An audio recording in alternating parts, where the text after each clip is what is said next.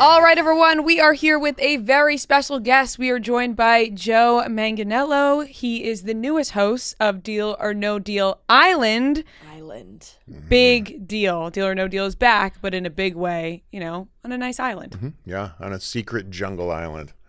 Bankers' secret jungle island. Exactly. The show has premiered Monday night. How are you feeling? Well, I've done it a million times, meaning like launching a movie or a TV series or something.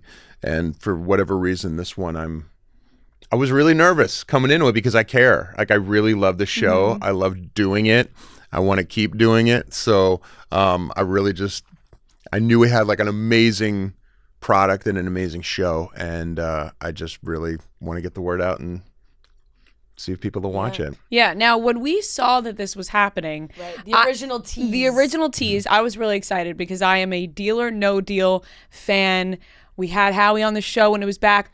They were teasing me like I was going to be on Deal or No Deal at one point. Like as a contestant opening briefcases? No, like as a contestant. As a contestant. Like we were going back and forth in the DMs.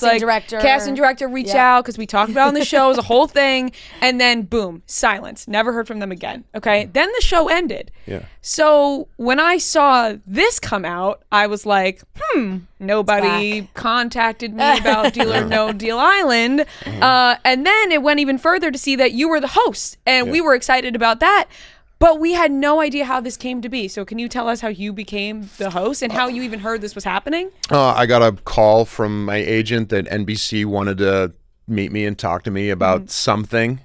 And when I got on this Zoom, and there was like 20 people on the Zoom, and they all started explaining to me this new reincarnation of Deal or No Deal, but it involved a jungle island. It involved these excursions and challenges, and the showrunner, Matt Kunitz, created Fear Factor. So there's going to be a kind of a Fear Factor ribbon running through it. The story team, because mind you, we're coming out of COVID, so there's a lot of people in that sphere that hadn't worked in a while. So NBC had their pick and put together this all-star team. So like our story team, Sarah Happel Jackson, she ran Big Brother for many, many, many years. So then they got the whole crew from Australia to come up from Survivor to run challenges and do all the rigging. And so it was this really, like I said, it was like this all-star team of competition reality series. And so I'm a Survivor junkie. I love Survivor. Seen every episode ever. Like when I'm on location somewhere, it's like me and my dog in a hotel room, and I just watch Survivor. Like I'll come back to the hotel room and, you know, brushing my teeth, getting ready for bed, and I'm watching Survivor on my phone, or I'll stream it on the TV and in my trailer.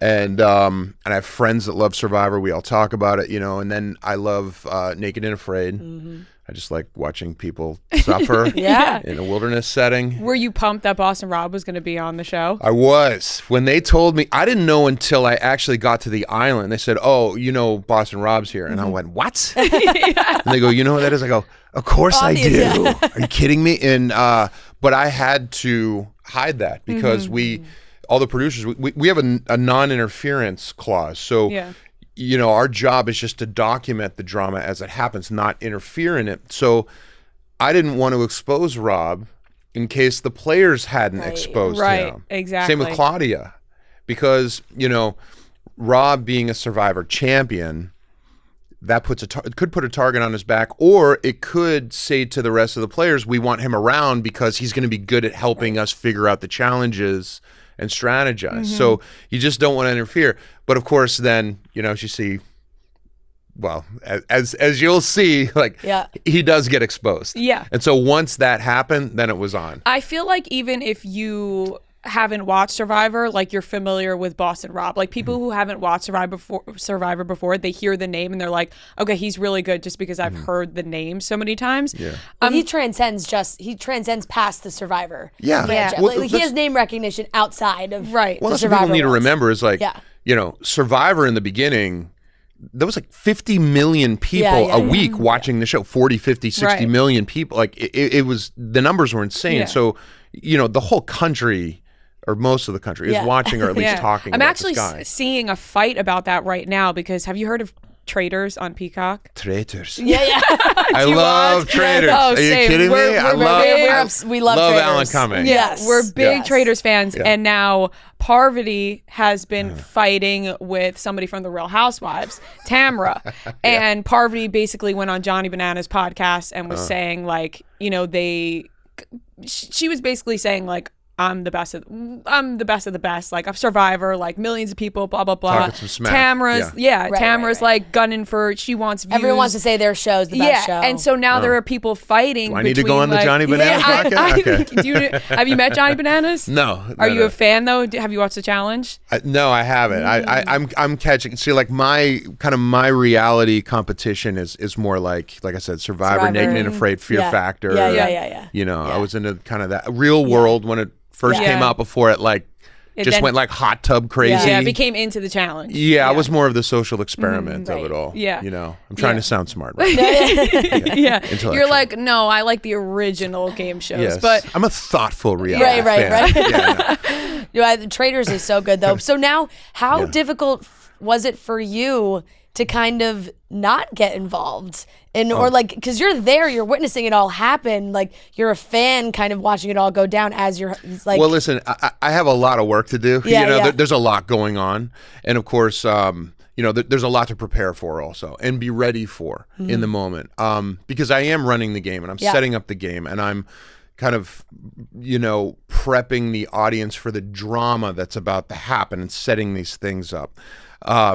So, you know, I have a lot going on. But with that said, I have a lot of latitude because I think in other shows, like Jeff Probst is a great example, and I love Jeff Probst. But Jeff is very stoic, I think, and very he rides more neutral. Where for me, I just kind of looked at and kind of sensed how it was going and thought, you know what? Like I could be fist pumping and high fiving everyone. Right. You know, I'm there.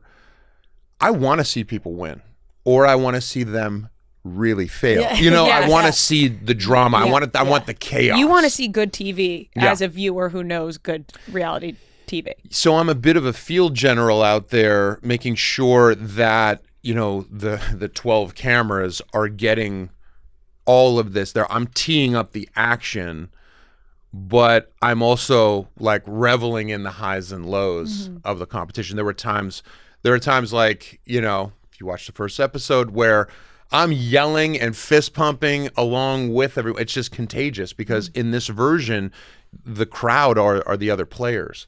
So that you can feel it in the air. They want that money up on the board, and so do I. Yeah. But then there's also moments, as you're going to see, where my heart is broken, like broken for that person who wanted that money, needed that money for a family member or something. And it's just, you're just heartbreaks for them. Yeah. But I get to ride that ride. Yeah, which is so cool because this really feels like such a perfect game show opportunity for you because it has mixed in a lot of your favorites.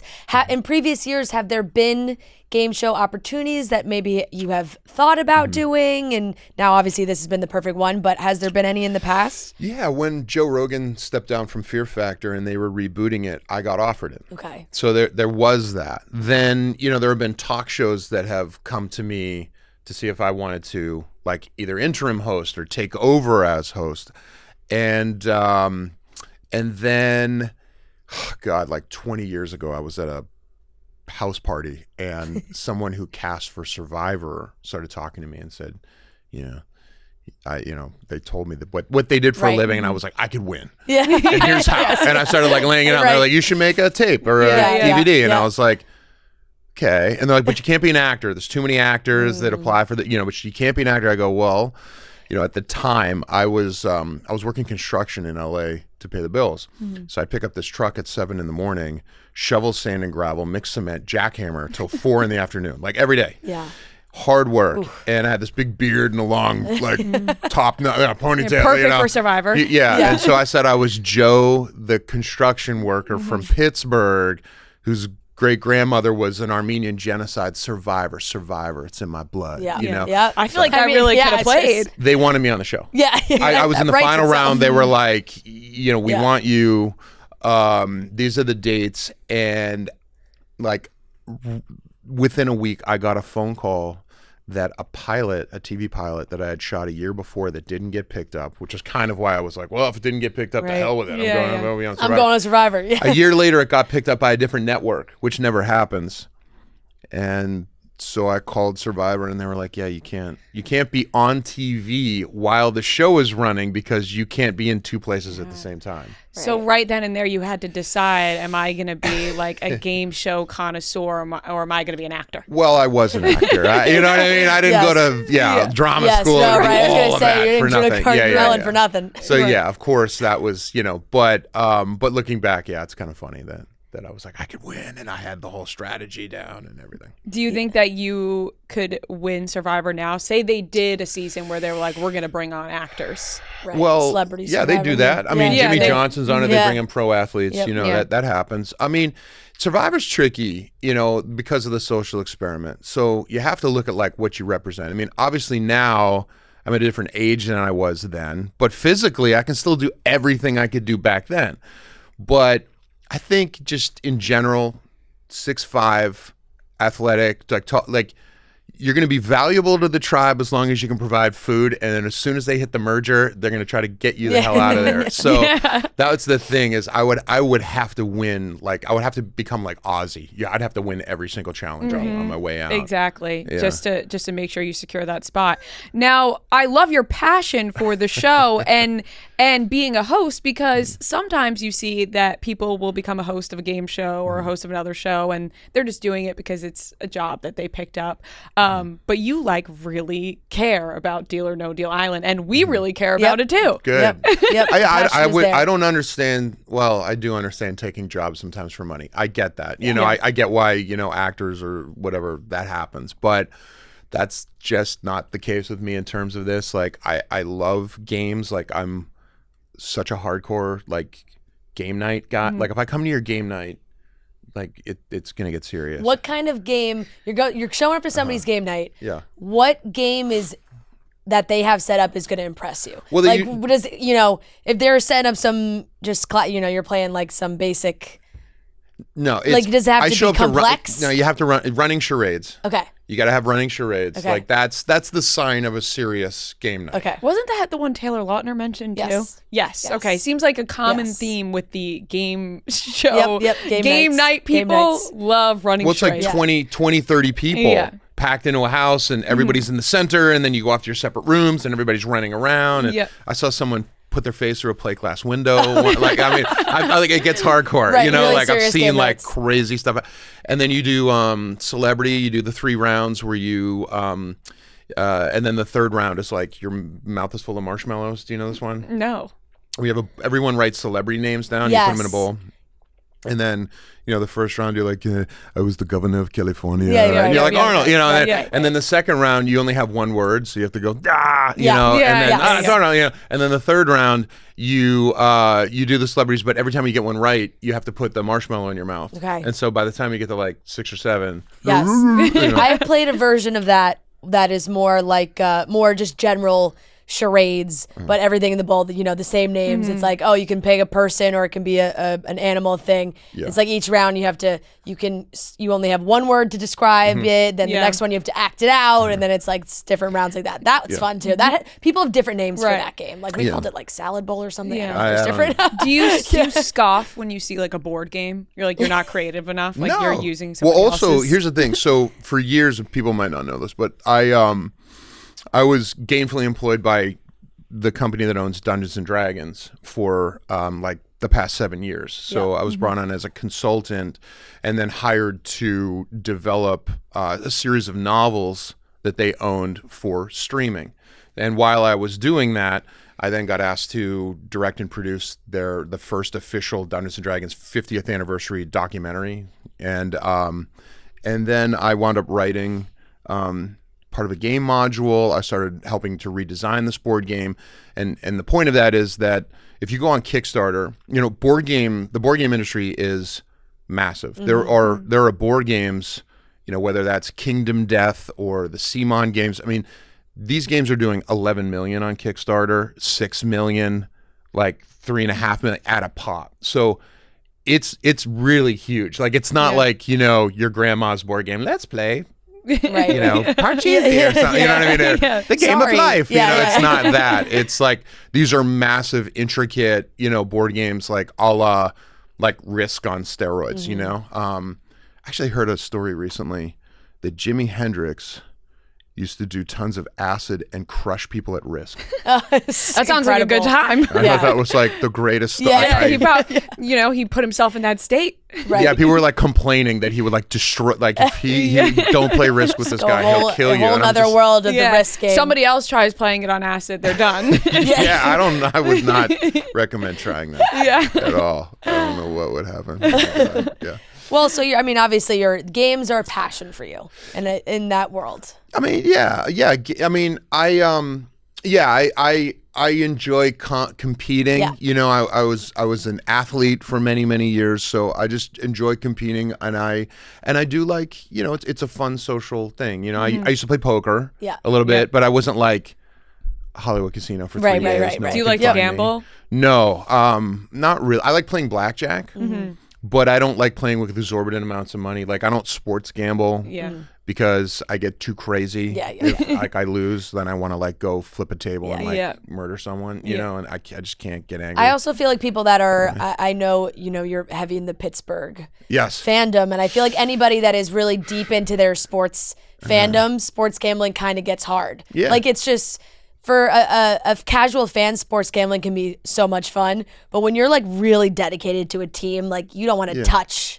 Like you're not not betting on the Steelers. Even like game. fantasy football, it's like I'm not taking Tom Brady. Get out of here. yeah. He's not on my team. You know, No, I would I know. purposefully like just Yeah. not, Right. you know, I or completely no get Baltimore that. Ravens are playing for my team. Yeah. Like that's like, so I would have trouble with all of that. Yeah. You know, I'm a crazy Eagles fan, so like when Are I you? do fantasy football, I'm like I will not draft a Dallas Cowboy. Exactly. Like, It's like, no, sorry, cannot. not Sorry. gonna happen. Nope. So no, it makes sense. I do want to go back a little bit because there have been some things that you have worked in that we love. Okay. And I wonder if you could probably guess what some of them are from, you know, two girls in their 20s. One of them being One Tree I was Hill. gonna say One Tree Hill. There we go. Okay, cool. So, Owen, we actually we just had a trivia question. We played Yeah. trivia with fans, and one of the questions was like, We have what our was- own game that What we was made. his? Okay. Oh, yeah, yeah. that's yep. It was like, what's you know, Joe Manganiello's character's name in One Tree Hill? Sadly, we kind of Yeah, we got forgot it in the wrong. moment. We got but, it wrong, yeah. And then I was like, when I hear him, Owen he's so the mad. bartender. Owen the bartender. Yeah. What was it like working on that show back then? Because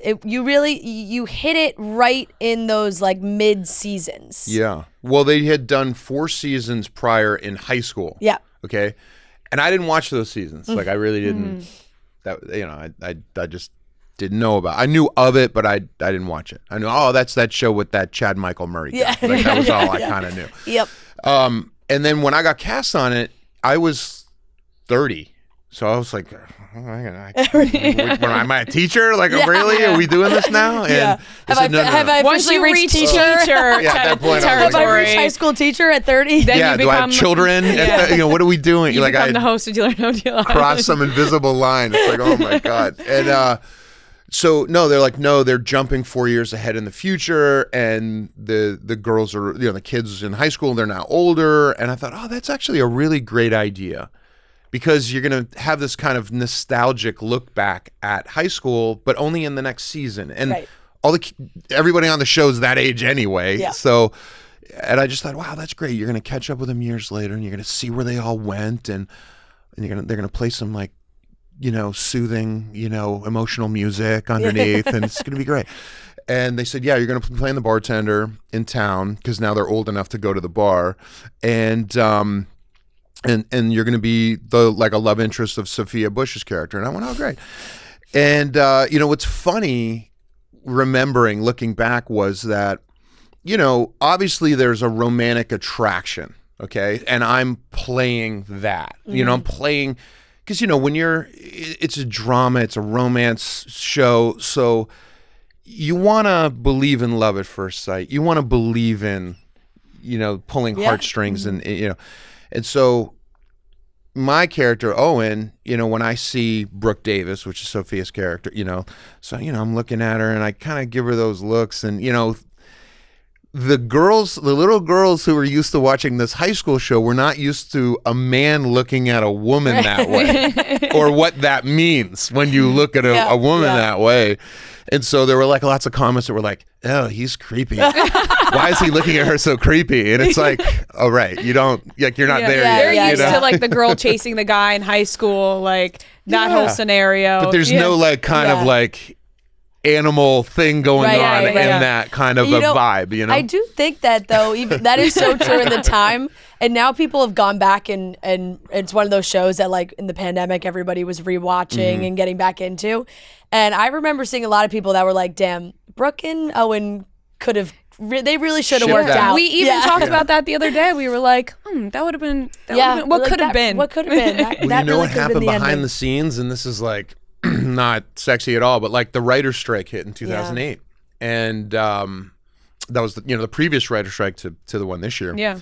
And what happened was they had only signed me as a guest star for X amount of episodes, and I got offered this movie and went off to shoot the movie, and I said yes to the movie, and then the strike ended, and they were like, "Okay, we're ready for you to come back and go down the aisle with Brooke." And I'm like, "Well, I said yes to this movie, and you guys didn't sign me as a regular, so you didn't own me for that time, and I'm going off to do this." So they wrote me off that like Owen didn't want to have a baby with Brooke, and that was his villain. And Owen really was anti-baby. Little girls were like angry at me and all that. I'm like, hey, I guess I went to shoot a movie in Puerto Rico. It's not my fault. And it wasn't even like Brooke was. It wasn't. She was doing like a really good, like she was adopting. Yeah, it was like, and you're like, nope, adopting a child that needs a home, out. Now I'm out. Yeah, thanks a lot. So then they brought me back. So then I shot that movie, but then they brought me back the next year, and I had to like try to work my way back into Brooke's good graces. And of course, they signed me as a guest star again. And I'm like, guys, are we making really the same mistake? Right. And so what happens? I wound up booking True Blood. And they're like, all right, we're ready for you to be a regular now. And I'm like, dude, I'm gone. Like I'm in Werewolf City. Yeah, I am full werewolf now. Wasn't meant to be between Owen. No. So then they brought me back for one episode to close it all up, where like I slept with Millicent. And, you know what I mean? It was like, dude, they can really you not made make you me a jerk for 5 minutes, please? Did you have anybody come up to you being like, why did you treat Brooke like all that? the time? There was a billboard outside of Warner Brothers who produced it, at the CW. There were somebody like they paid for a billboard that was like anti-Owen. Like I'm serious. This was like a thing. Like there was that much. So and are you looking at people like it's not really me? Yeah, I had to say that. Yeah. Like we had like a charity autograph signing, and it was like, why don't you like babies? And I'm like, I'm Joe. That's Owen. Like I'm not. I am not anti-baby. And then when I was in France, and I forget the phrase, or how to say it in French, but when I was in France, people would come up to me, and because French people they were obsessed with One Tree Hill for whatever reason, that it penetrated that culture. Yeah. And so I remember being in like the Champs-Élysées, like walking down the street, and someone's like, look, and they would say in French, it's Nathan Scott, the brother Scott, like that translates in French to the brother Scott. Owen. And I'm like, hi. Like, you don't like babies? I'm like, all right, baby hater. In French. In French. Oh, that's funny. Did funny. People then mistake you for still being in Magic Mike and want you to recreate the gas station all the time. scene? I mean, all the time. I mean, people would say, even in interviews, they'd be like, oh, did you ever do that? Did you jump out of like cakes? And I'm like, no, I went to like an Ivy League school. Like, what are you talking? Or I remember. Like but I was that a happens three-sport a lot. athlete. Well, but I think that means like you're doing your job. Yeah. Like no, I was a classical theater major at a major drama program. And I wasn't a male stripper. But like when I was on True Blood, I remember sitting in the hair and makeup trailer, and Anna Paquin saying to me, "Did you grow up on a farm?" Because I'm playing this big like country fed like werewolf guy, and I'm like, no, I like the suburbs, like 90210 was my high school. So I mean, I guess that means you're doing your Right. job. Yes, People exactly. think You're getting that into the thing. role. It definitely And I does. guess because Channing Tatum was like a was. male dancer, they're Yeah. probably like, okay, all of them are. Yeah. Just make the No, assumption. and I'm not really like an exhibitionist like that either. So yeah. Working on True Blood during kind of that era of the crazy cultural vampire werewolf phase, like that time, there was, I feel like everything we were getting vampire werewolves. Yeah. Like it was so heavy. Were you happy to be on the werewolf side, or would you have maybe wanted to dabble in the vampire side? I mean, yeah, when I was a little kid, I was always a vampire for Halloween, Okay. or a lot, and I loved vampires, all things vampire. But it doesn't matter what you like; it's kind of what you represent, and that's the thing. I think, I tell sometimes, younger actors, I'm like, it doesn't matter what you feel that you're like. It's when you walk into a room, what are people going to see you as, or what can you turn yourself into? Like I can't walk into a room and turn myself into, Stephen Hawking. Like, you know what I mean? Like I'm not going to get that part. That's probably better suited for somebody else. But that person who's playing Stephen Hawking isn't going to play the giant country-fed werewolf. Right. So it's Yes. kind of knowing your lane. Yep. Even though, like, say, you don't ride a motorcycle or you don't even drink beer. Like, if you look that way or you look like you're a bar fighting, beer drinking, motorcycle, like, if you want to work, that, okay, I can portray that. And so I think for me, like, I get it. Like, I get why, I was cast as the wolf. I used to have an acting teacher who would say, okay, do the scene again, but don't do that wolf thing. Don't do the wolf, like, and even in drama school, the kids were like, you look like a wolf. Like people would always say I resembled a wolf. So then, of course, this show, I know there's a werewolf coming out in season 3. And I thought, if I get my shot, everyone my whole life has told me I look like a wolf, and so there you are, and that was it. But yeah, that was a blast. And I was really happy to be on the HBO version of the vampire werewolf thing. Totally. The adult version, the sexy version. Yeah. The really great, Oscar-winning showrunner version. It was really fun to be able to do that. And you talk about like cultural importance. True Blood helped the conversation about marriage equality. That wasn't a thing, and it wasn't legalized anywhere prior to True Blood. And I think True Blood was very much responsible for putting that in the mouths of the culture, because they showed how vampires were trying to get marriage equality. So it was this great way to use myth. Yep. Or these kind of demigod type characters in order to show like our problems as humans, and then fix that. Right. And start a conversation Yeah, around it. racism in the South, Yeah. like except it's vampires. Yep. Ha ha ha. Yeah. But No, we're- they but did now a we're great talking. job. Yeah. Right, We're talking. exactly. Yeah. Exactly. So it was a really great show. We do have to wrap up shortly, but I do want to ask you, because there's always been a lot of superhero talk too, I feel like, around you and dabbling into that world.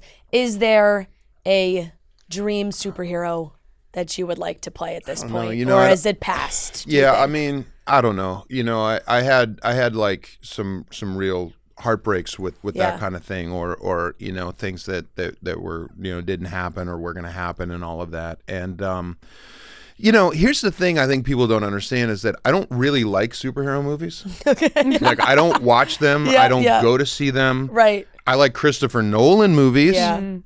I like James Mangold Logan. Right. I love Tim Burton's Batman depiction. I loved Downey Jr. as Iron Man, and I really loved everything up until like the Avengers, like the Russo brothers Avenger movies and the Joss Whedon. Like I really was, I loved, as a kid who grew up reading comics, I thought those were really, really well done. But, for me, there is maybe nothing worse for me, or nothing like that I dislike more than spending 2 hours seeing a really bad superhero movie.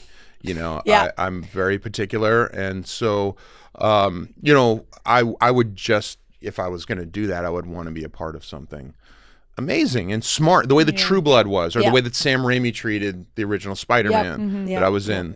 That was really You know, I was really excited to play the villain in Ben Affleck's Batman. Yeah. Because he was coming off of Argo. Right. And The Town, and Ben's Yeah. like an unbelievable writer and a director, and I was just so excited to be working with somebody who was going to treat the material that way, and we were gonna make it about something. So it wasn't necessarily that I just wanted to be in any superhero movie. I really wanted to be. I just want to be in a great one that's talking about something. Yeah.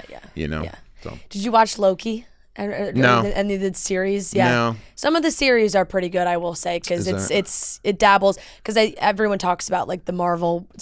After a certain phase, things have kind of fallen off a little bit. Go on. But Loki, I really loved. So that's my 2 cents. The one thing in the genre, I guess, of like fantasy or sci-fi or what, you know, that I or superhero stuff that I have liked over the past 10 years, which is and it's been rare that I've really kind of loved anything, but I really love season 1 of Andor. And I mean I really kind of stopped watching Star Wars after 1983. Yeah. It was like Return of the Jedi, and then like maybe all right, season 1 of The Mandalorian I like, and then I thought Andor was really great because it was smart. It was smart and grounded, and starts with a murder, and they're in this brothel, and, you know, it's like, okay, this is and, like adults are waking up in bed to get. It's like, you know, you can be trusted. Kids can be trusted to watch this. Yes. You like your superhero stuff smart. You like the reality game shows smart. Mature. They're popcorn for smart people. Yeah. Naked and Afraid. But that's the thing. It's like, you know, I always said,